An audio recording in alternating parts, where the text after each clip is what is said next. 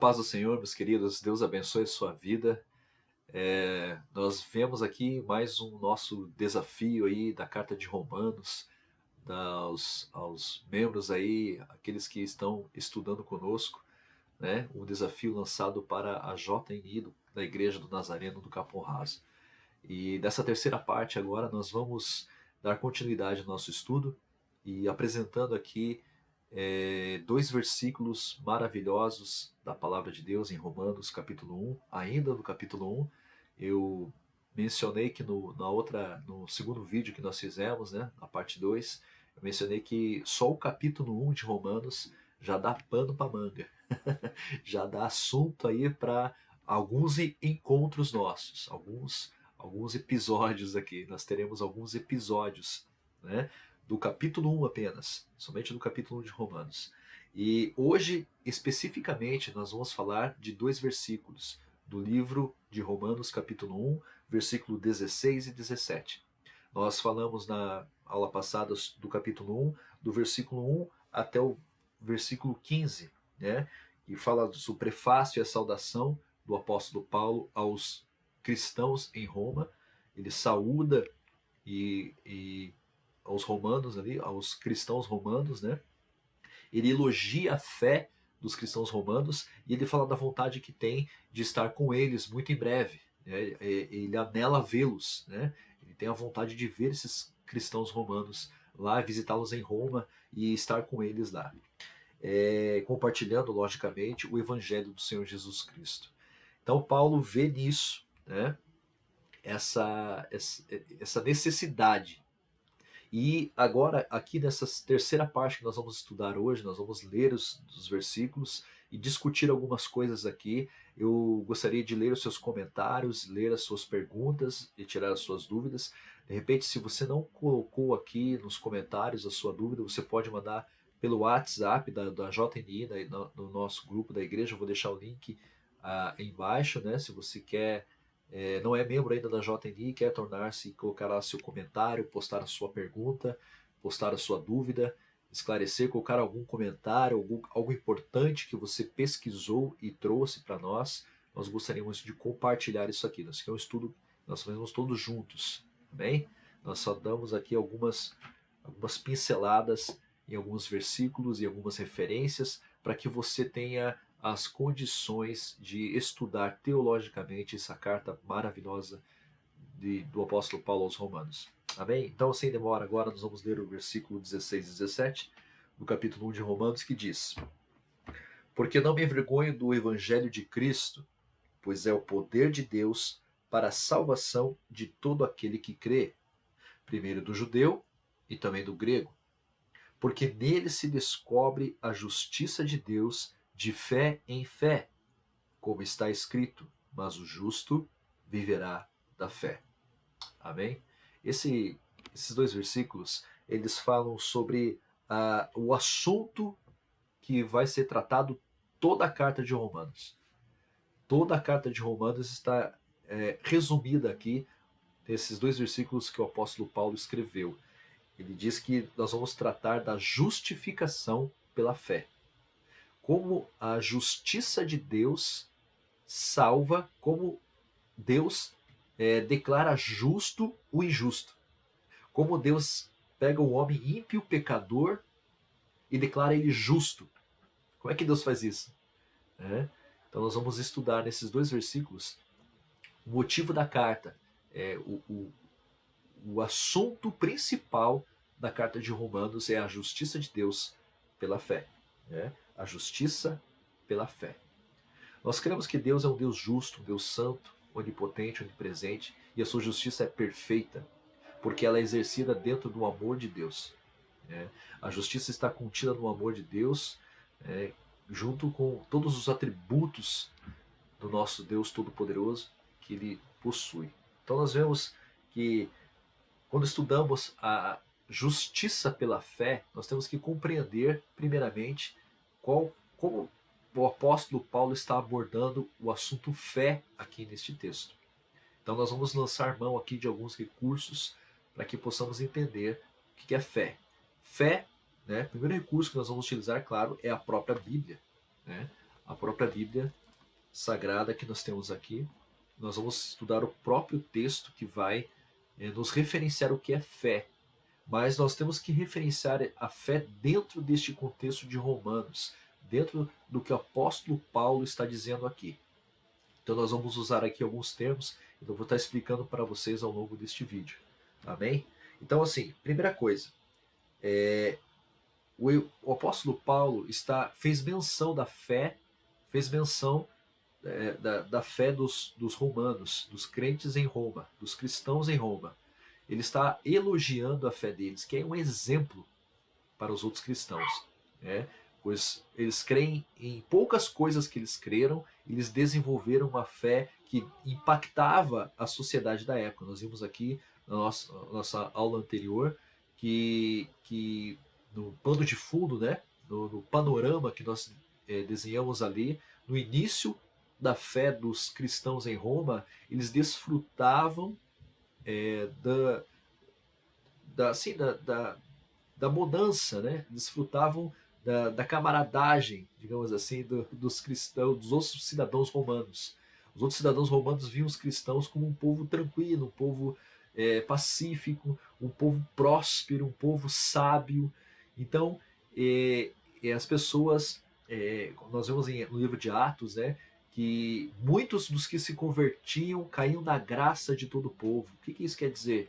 Que as pessoas desfrutavam de uma aceitação, as pessoas desfrutavam até de uma apreciação das outras pessoas que não tinham ouvido o evangelho ainda, dos outros cidadãos do mundo todo que ainda não haviam ouvido o evangelho, que ainda não haviam sido alcançados pela mensagem de salvação do evangelho. E o apóstolo Paulo, nesse primeiro versículo 16 que nós estamos estudando aqui, porque não me envergonho do evangelho de Cristo. Ou seja, não tenho nada de que me envergonhar. Por que Paulo usa essas palavras? Porque em alguns ali, como a igreja acabou de nascer, acabou de estar acontecendo, caminhando ali e difundindo, está espalhando a mensagem de salvação pelo mundo, é claro que eles iam encontrar também aqueles que não iam muito com a lata deles. Como tinha um povo que, né, o livro de Atos diz que eles caíam na graça de todo o povo, também tinha um povo que os rejeitava, também tinha um povo que os resistia. Nós vemos lá a seita dos fariseus, dos saduceus, dos eus, né, que a Bíblia fala, que se rebelavam contra a vontade de Deus, que se rebelavam contra o evangelho do Senhor Jesus Cristo. E esse evangelho, então, ele não tinha uma aceitação de 100% de todas as pessoas, como não é hoje ainda, né? E nunca será. Né? O evangelho não será aceito 100% de todas as pessoas. Porém, não convém a nós julgarmos essas pessoas. Né? Nós temos que pregar o evangelho, ensinar a palavra de salvação do Cristo vivo. E é isso que nos compete, compartilhar aquilo que temos. Se as pessoas não querem rejeitar, devemos fazer como Cristo nos orientou, sacudir o pó das nossas sandálias e nem olhar para trás. Né? E abençoá-los e que Deus um dia os alcance com a sua misericórdia e com a sua graça, assim como alcançou a todos nós. Então, aqueles que desfrutam do Evangelho têm isso. Não me envergonho do Evangelho, porque eu não me envergonho do Evangelho de Cristo. A mensagem da salvação, eu não me envergonho, porque a cruz era escândalo para muitos. Você acreditar que um homem que morreu numa cruz pendurado no madeiro, isso era símbolo de maldição, era algo vergonhoso, era algo que era horrendo, era um espetáculo horrível da cruz. As pessoas viam uma carnificina na cruz. A crucificação era o martírio mais doloroso e repugnante que havia na época. Era a forma de condenação uma das mais brutais, se não a mais brutal que nós temos aqui no Evangelho. Então, nosso Cristo padeceu não qualquer morte, como o mesmo Evangelho fez, e sim morte de cruz, ou seja, a pior das formas de morrer, uma condenação, né, romana. Né? Não era só prática romana, a crucificação pertencia já a outros povos, né? Já havia essa prática da crucificação, isso não foi uma invenção romana. Os romanos muitas vezes adaptaram essa crucificação para o uso deles, mas não foi uma invenção romana. Então nós vemos que as pessoas, elas tinham muitas vezes vergonha ou resistiam ao evangelho, e isso causava nas pessoas uma certa vergonha. Falar, eu creio sim em Jesus, mas você crê num homem que foi pregado numa cruz, condenado com criminosos, mas ele ressuscitou. É isso que Paulo fala, né? Eu não me envergonho do evangelho, pois é o poder de Deus. Ou seja, é essa mensagem de alguém que morreu por mim que me constrange, é esse poder de Deus que é derramado em meu coração que me transforma e que me deixa apto a crer.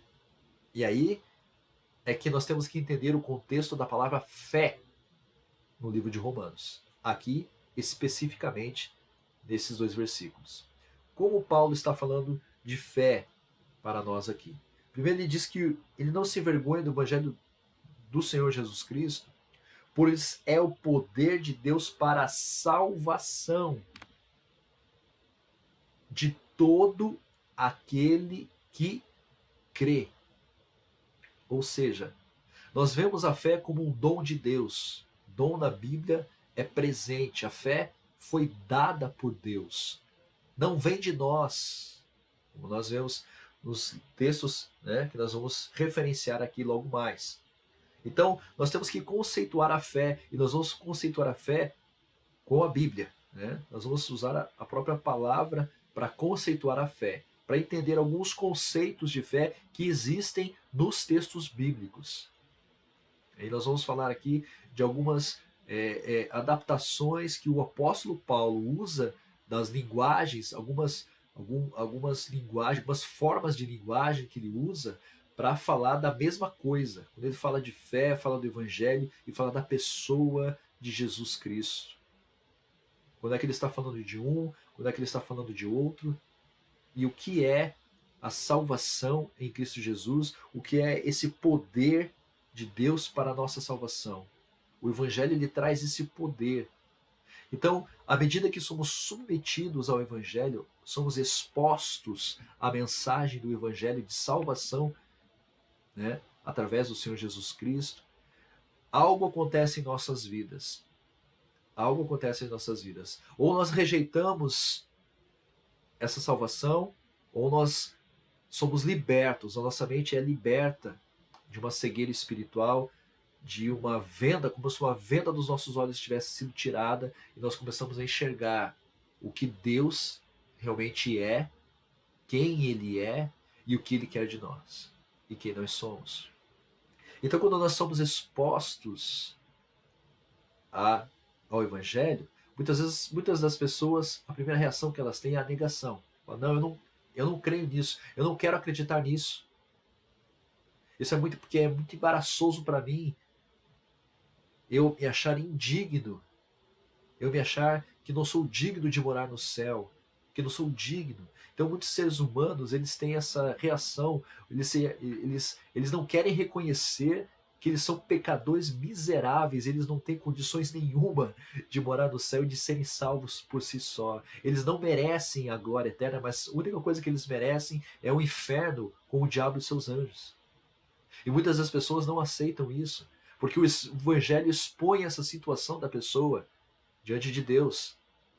Ele é exposto, as suas más obras aparecem quando a luz do Senhor, a luz do Evangelho de salvação, começa a iluminar a vida das pessoas. As más obras vêm à tona, elas começam a aparecer. O que a pessoa quer fazer? Ela esconde.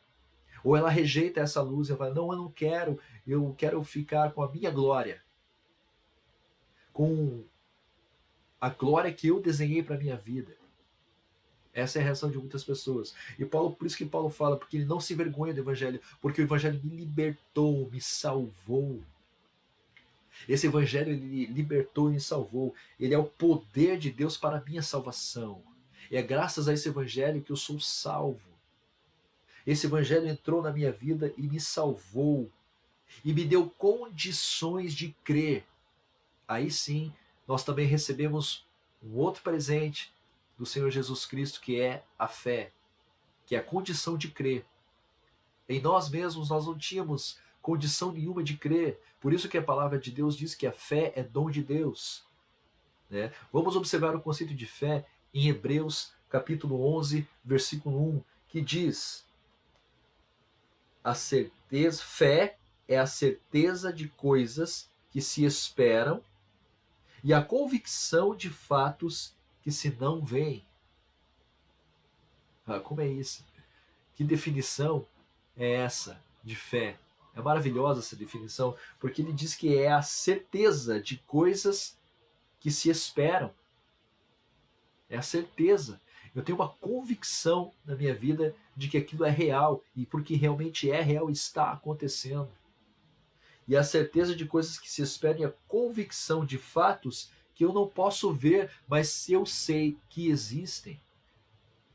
Que fatos são esses? O fato de que eu era um pecador e que eu não tinha condições nenhuma de ser salvo pelas minhas obras ou por mim mesmo. E sim, por algo que Deus fez por mim. Então o ser humano não tem condições nem de crer sozinho.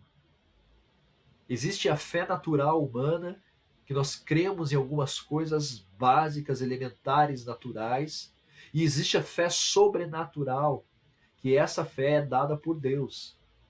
São fés distintas. Todo homem acredita em alguma coisa, essa é a fé natural. Todo homem acredita em algo, acredita na sua existência. Ele tem fé de que as coisas que ele pode ver e tocar são reais. Ele acredita nisso. Até os ateus têm fé. Eles creem na não existência de Deus. Percebe? Essa é uma fé natural, dada a todo ser humano, é inapta ao ser humano. Ela está no ser humano. Essa fé natural pertence à nossa natureza humana, mas a fé sobrenatural, ela só é dada ao ser humano quando nós somos expostos ao Evangelho de Cristo. É isso que Paulo está dizendo aqui. O Evangelho tem poder para nos salvar de todo a salvação de todo aquele que crê. Quando o Evangelho nos atinge, nós temos condições de crer. E quando nós cremos, do primeiro do judeu e também do grego, ou seja, os gentios, havia essa divisão, nós vimos na aula passada que havia essa divisão entre judeus e gentios. Quem que são gentios? Todo não judeu. Aqueles que não são considerados judeus são gentios, né? Então nós vemos essa diferenciação. Mas o que é importante desses dois versículos é que Paulo está apresentando o motivo da carta. Olha, eu vou apresentar para vocês aqui como vocês, judeus e gentios, são justificados pela fé. E que essa disputa, muitas vezes, que começa aí no meio de vocês, não faz sentido algum. Tanto judeus como gentios, tanto judeus como gregos, são salvos pela fé, pela graça de Deus derramada em suas vidas. E aí vocês têm condições de crer. Por isso que ele diz no versículo seguinte: porque nele se descobre a justiça de Deus de fé em fé. Nele quem? No Evangelho de salvação. Porque nele se descobre a justiça de Deus de fé em fé. É o Evangelho que apresenta a verdadeira justiça de Deus para aquele que é injusto, para aquele que não tem condições nenhuma de ser justificado. Deus justifica. Por quê? Porque não é o que aquele injusto fez, mas sim o que o único justo do universo todo fez: dar a sua vida por todos os injustos. É mediante a fé nisto, no que Cristo fez, que cria esse elo da salvação com as nossas vidas. Então veja, porque não me envergonho do Evangelho de Cristo, pois é poder de Deus para a salvação de todo aquele que crê. Se você foi exposto ao Evangelho, se o Evangelho entrou pelos seus ouvidos e achou uma terra fofa no seu coração, e a semente do Evangelho caiu aqui dentro, a palavra de Deus começou a germinar, a brotar, é o que o apóstolo Paulo diz no versículo 17, porque nele se descobre a justiça de Deus, de fé em fé. À medida que somos expostos cada vez mais ao Evangelho e aprendemos cada vez mais a palavra de Deus e nos relacionamos com a palavra de Deus de uma forma dinâmica, nós somos cada vez mais limpos, preparados para a Nova Jerusalém. O Evangelho descobre a cada dia em nós a justiça daquilo que Cristo fez por todos nós. Não é o que eu faço, não é o que você faz que vai nos justificar diante de Deus, mas o que Cristo fez. Pois o Evangelho de Deus é o poder para a nossa salvação, porque nós cremos nisso. Nós cremos que o Evangelho é a verdade. Nós cremos que o Evangelho nos liberta de todo pecado, todo engano, todo erro. E Paulo vai falar agora, nos versículos seguintes, de muitos erros que os seres humanos cometem sem Deus. Quando abandonam Deus, as piores escolhas são as que você faz. É interessante, né? Sem Deus você vai fazer as piores escolhas da sua vida. Aí eu não acredito nisso, eu escolho a minha vida, eu mando em mim mesmo, eu faço o que eu quiser. Muitas pessoas pensam assim e quando chega no final da sua vida, elas entendem, infelizmente, só no final da sua vida, elas entendem que realmente elas fizeram somente as piores escolhas da sua vida. Mas aí é tarde. Para muitos é tarde. Que você possa estar estudando esse texto conosco. Nós vamos começar a referenciar agora aqui alguns textos para nós discutirmos para a aula que vem. Então anote as referências aí, né? Nós vemos aí, tem mais uma referência que eu gostaria de falar, que está em Abacuque, esse texto que Paulo está citando aqui, que o justo viverá da fé. Para encerrar esse versículo aqui que ele faz, né? Que ele fala, porque nele se descobre a justiça de Deus de fé em fé, como está escrito. Onde está escrito? Paulo está citando um texto de Abacuque, né? Abacuque capítulo 2, versículo 4. Então nós vamos ver lá o que diz o texto de Abacuque capítulo 2, versículo 4, que diz assim: eis que a sua alma se incha, não é reta nele, mas o justo pela sua fé viverá. Qual que é o contexto deste versículo de Abacuque? Os caldeus, que são os babilônicos ali, eles levaram cativo todo o povo de Jerusalém.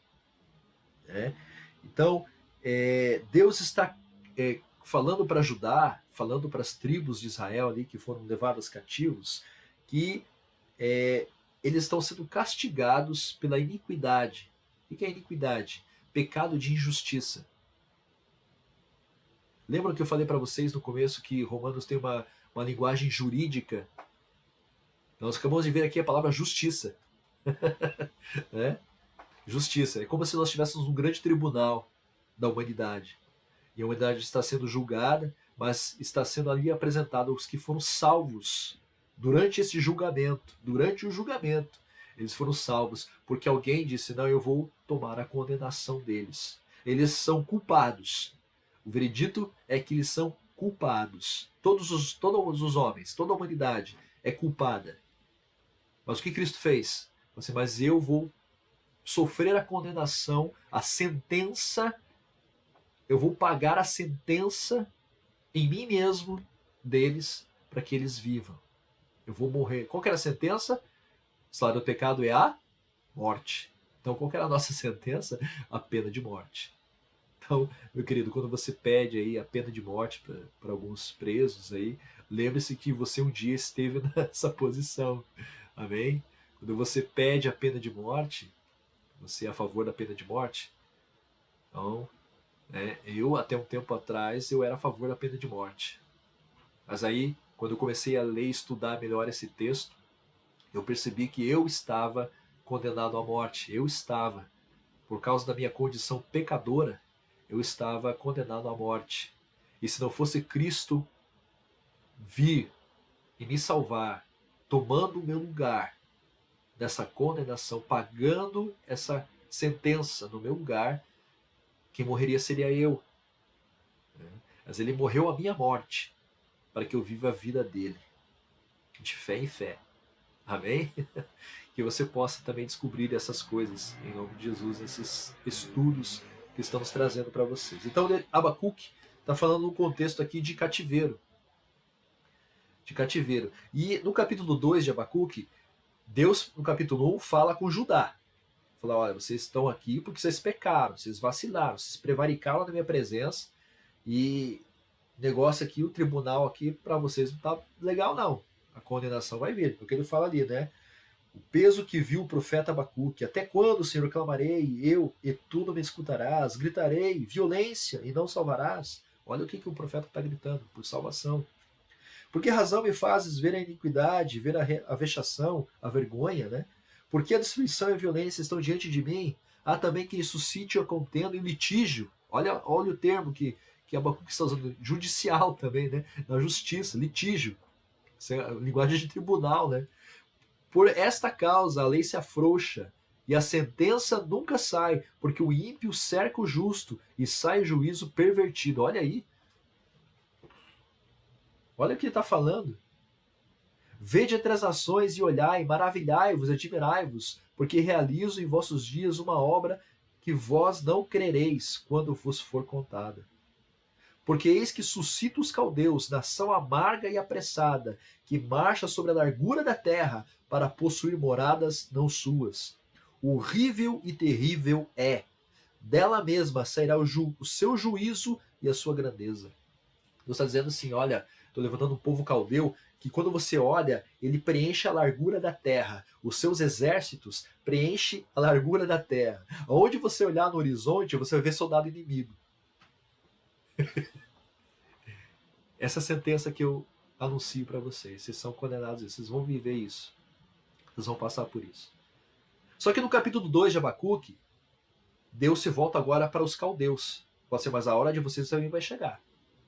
Eu vou usar vocês agora para castigar o meu povo aqui, para ensiná-los, para mostrar a minha salvação para eles no futuro. Mas a hora de vocês está chegando. Os caldeus também vão pagar um preço aí. E diz assim, ó, nisso do capítulo 2 de Abacuque: sobre a minha guarda estarei, e sobre a fortaleza me apresentarei e vigiarei, a ver o que fala comigo, e o que eu responderei quando eu for arguido. Isso é Abacuque falando, né? Então o Senhor me respondeu e disse: escreve a visão e torna bem legível sobre tábuas, para que a possa ler o que correndo passa. Lembra desse texto aqui? Isso aqui está anunciando juízo sobre a nação da Babilônia, os caldeus. Porque a visão é ainda para o tempo determinado. E até o fim falará, e não mentirás. Se tardar, espera-o, porque certamente virá, não tardará. Aí sim, o versículo 4 fala: eis que a sua alma se incha. Os babilônicos, os caldeus, se incha, a alma deles se incha. Orgulho de serem poderosos, terríveis, né? Serem temidos por todas as nações. Então, eis que a sua alma se incha. Não é reta nele, mas o justo, pela sua fé, viverá. Ou seja, até mesmo no meio dos caldeus, se for achado justo, ele vai viver. E aí, meu querido? Pela sua fé, viverá. Isso quer dizer que não sofrerá a pena de morte. E é isso que Paulo está dizendo aqui. Porque nele se descobre a justiça de Deus de fé em fé. Nele quem? No Evangelho de Cristo. No Evangelho de Cristo você descobre de fé em fé, acreditando e convencendo-se, né? Acreditando e participando, acreditando e vendo, de fé em fé, como está escrito: mas o justo viverá da fé. Fé que é dom de Deus, dada por Deus, para nós podermos crer cada dia mais. Que Deus abençoe a sua vida em nome de Jesus. Eu vou deixar aqui embaixo todas as referências que eu encontrei. Aliás, antes de encerrar, existe aqui essa forma de linguagem que Paulo usa. Eu achei muito interessante aqui na internet. Eu vou colocar o link do site que eu achei, que fala sobre este versículo de Romanos. Eu vou colocar aqui no estudo, ele diz o seguinte, Paulo utiliza aqui, uma das figuras de linguagem utilizada, que ele usa, é chamada de metonímia, ou transnominação, que consiste no emprego de um termo substituindo outro, dada a relação de semelhança ou a possibilidade de associação entre eles. Vou ler de novo. Uma das figuras de linguagem utilizada é denominada metonímia, que Paulo está usando aqui em Romanos é isso, metonímia, ou transnominação, que consiste no emprego de um termo substituindo o outro, dada a relação de semelhança ou a possibilidade de associação entre eles. O que isso quer dizer?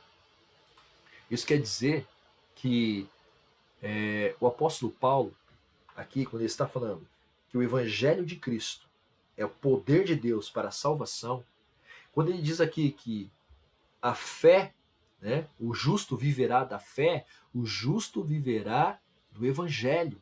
Ele está fazendo uma associação da palavra fé com o evangelho de Cristo. O justo viverá da palavra de Deus. E nós vemos isso reforçado em outros versículos, né? Não só de pão viverá o homem, mas de toda a palavra que procede da boca de Deus, do Senhor. Então nós vemos isso. Não só de pão viverá o homem, mas de toda a palavra que procede da boca de Deus. Quando Jesus se apresenta para a mulher ali em Samaria, né? Como é que ele chama, como é que ele fala com ela, conversa com ela, né? Deixa eu achar aqui o versículo certinho. Aqui, ó. Jesus, né? Quando ele fala com a mulher samaritana, lá em João 4,10, ele diz assim,